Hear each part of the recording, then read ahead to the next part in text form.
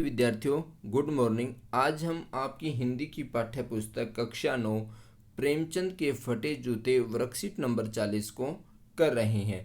और इससे पहले हम वर्कशीट 31, वर्कशीट 34 और वर्कशीट 37 में प्रेमचंद के फटे जूते पाठ का अध्ययन कर चुके हैं। आइए जानते हैं इस वर्कशीट के बारे में। यहाँ पर आप अपना नाम लिखेंगे और यहाँ पर आप अपने अध्यापक का नाम लिखेंगे जो आपको पढ़ाते हैं। यह विडंबना मुझे इतनी तीव्रता से पहले कभी नहीं चुभी जितनी आज चुभ रही है। यहाँ जो लेखक हैं हरिशंकर प्रसाई जी, वो हमें बताने का प्रयास कर रहे हैं, जब मैं तुम्हारा फटा जूता देख रहा हूँ, अर्थात फटे जूते के बारे में बताने का प्रयास कर रहे हैं कि इसमें क्या क्या विशेषता हैं, क्या क्या यहाँ पे लेखक हमें समझाने का प्रयास कर रहा है। प्रेमचंद जी ने जूता क्यों पहना हुआ है, क्यों वो हम पर हंस रहे हैं, ये सब हमें बताने का प्रयास कर रहे हैं। तुम महान कथाकार, उपन्यास सम्राट, युग प्रवर्तक न जाने क्या क्या कहलाते थे। अर्थात यहाँ पर जो है लेखक मुंशी प्रेमचंद जी को महान कथाकार, उपन्यास सम्राट और युग प्रवर्तक आदि विशेषण लेकर के बुलाते हैं। एमजीआर फोटो में भी तुम्हारा फटा हुआ जूता है, अर्थात कोई फोटो की क्वालिटी होती है एमजीआर, कह रहे कि उसमें भी जो है आपका जूता फटा हुआ है। मेरा जूता भी कुछ ज़्यादा अच्छा नहीं है। अब लेखक अपने जूते के बारे में ही बता रहा है कि मेरा ज़्यादा फटा हुआ नहीं है, जो ऊपर से अच्छा दिखता है मगर उंगली बाहर नहीं निकलती है। कह रहे कि जो मेरा जूता है ना, वो ऊपर से तो अच्छा लगता है किंतु उंगली बाहर नहीं निकलती है, पर अंगूठे का नीचे तला फट गया है। अर्थात जो मेरा जूता है उसका नीचे का तला फट गया है, अंगूठा जमीन से घिसता है और पैनी मिट्टी पर कभी रगड़ खाकर लहू लुहान भी हो जाता है। कह रहा मेरे वाला जो जूता फटा हुआ है ना, वो तो मेरे अंगूठे को भी लहू लुहान कर देता है, पूरा तला गिर जाएगा, पूरा पंजा छिल जाएगा मगर उंगली बाहर नहीं दिखेगी। कह रहा मेरे वाले में उंगली बाहर नहीं दिखती, तुम्हारी उंगली दिखती है पर पाँव सुरक्षित है, मेरी उंगली ढकी है पर पंजा घिस रहा है। कह रहा कि यही फर्क है आपके और मेरे जूते में। तुम पर्दे के महत्व को नहीं जानते पर हम पर्दे पर कुर्बान हो रहे हैं। ये लेखक कह रहा है फोटो को देख करके, कह रहा कि तुम तो पर्दे का महत्व नहीं जानते और हम पर्दे पर कुर्बान हुए जा रहे हैं। तुम फटा जूता बड़े ठाठ से पहने हो पर मैं ऐसा नहीं पहन सकता, इसलिए तो अपने पंजे को घिसवा रहा है। फोटो तो जिंदगी भर इसी तरह नहीं खिंचवाऊँ, कह रहा फोटो तो कभी नहीं खिंचवाऊँ भाई आपकी तरह। लेखक कह रहा है चाहे कोई जीवनी बिना फोटो के ही छाप दे, कह रहा फोटो चाहे खिंचे ही ना मेरी, किंतु खिंचवानी बढ़िया टेंशन से है। तुम्हारी यह व्यंग मुस्कान मेरे हौसले पस्त कर देती है। कह रहा कि आपकी जो व्यंग मुस्कान है ना, वो मेरे हौसलों को पस्त कर देती है, अर्थात मिटा देती है, हौसले उड़ा देती है। क्या मतलब है इसका? कौन सी मुस्कान है यह? क्या कौन सी मुस्कान है यह? क्या हीरो का गोदान हो गया? जो गोदान में जो हीरो नामक एक पात्र है, क्या उसका गोदान हो गया? क्या पूस की रात में नील गाय हल्कू का खेत चर गई? पूस की रात एक कहानी है लेखक की, तो उसमें नील गाय जो है हल्कू का खेत चर गई, क्या उसी का हंस रहे हो? क्या सुजान भगत का लड़का मर गया क्योंकि डॉक्टर क्लब छोड़कर नहीं आ सकते हैं?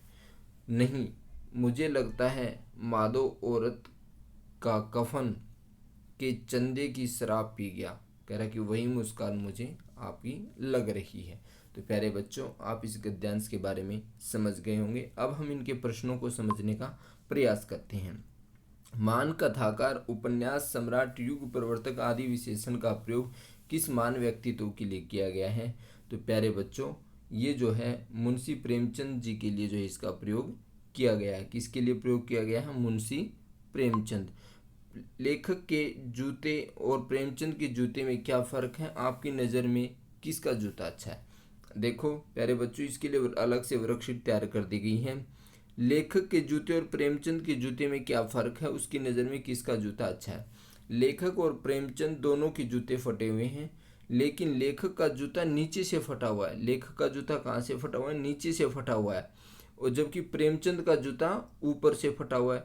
लेखक का जो जूता है वो दिखाई नहीं देता, प्रेमचंद का जूता दिखाई देता है। और जो प्रेमचंद का जूता मेरी नज़र में ज़्यादा बेहतर है, क्योंकि जो प्रेमचंद का फटा जूता दिखाई तो दे रहा है पर चुभ नहीं रहा, और लेखक का जो जूता फटा हुआ था वो दिखाई तो नहीं दे रहा था, किंतु पालो जो उसके पाँव की जो तली थी उसको लहूलुहान कर रहा था। इसलिए जो है प्रेमचंद जी का जूता ज़्यादा बेहतर है। अब अगले प्रश्न को समझते हैं। तुम पर्दे का महत्व नहीं समझते, हम पर्दे पर कुर्बान हो रहे हैं। इस वाक्य ने लेखक की किस सादगी और किसके दिखावे की ओर संकेत कर रहे हैं यहाँ पे? तो यहाँ लेखक प्रेमचंद की सादगी और लोगों के दिखावेपन की प्रवृत्ति की ओर संकेत कर रहे हैं। किसकी ओर संकेत कर रहे हैं? यहाँ लेखक प्रेमचंद की सादगी और लोगों के दिखावेपन की प्रवृत्ति की ओर संकेत कर रहे हैं। लेखक के हौसले, अगला प्रश्न, लेखक के हौसले को कौन कौन पस्त कर देता है? अर्थात जो प्रेमचंद की जो लोगों के दिखावेपन की प्रवृत्ति पर व्यंग्य भरी मुस्कान, अर्थात जो प्रेमचंद जी लोगों के दिखावेपन की प्रवृत्ति पर जो मुस्कान लेते हैं, उसी से लेखक के हौसले क्या हो जाते हैं? पस्त हो जाते हैं। प्रेमचंद की मुस्कान के कौन कौन से संभावित कारण लेखक ने बताए? जो अंत में जो कारण बताता है ना गद्य के अंदर, वही कारण है। क्या फोटो खिंचवाते समय आप भी मुस्कुराते हैं और क्यों? तो भाई फोटो खिंचवाते समय तो हर कोई मुस्कुराता है कि फोटो अच्छी है। लेखक को क्या लगता है?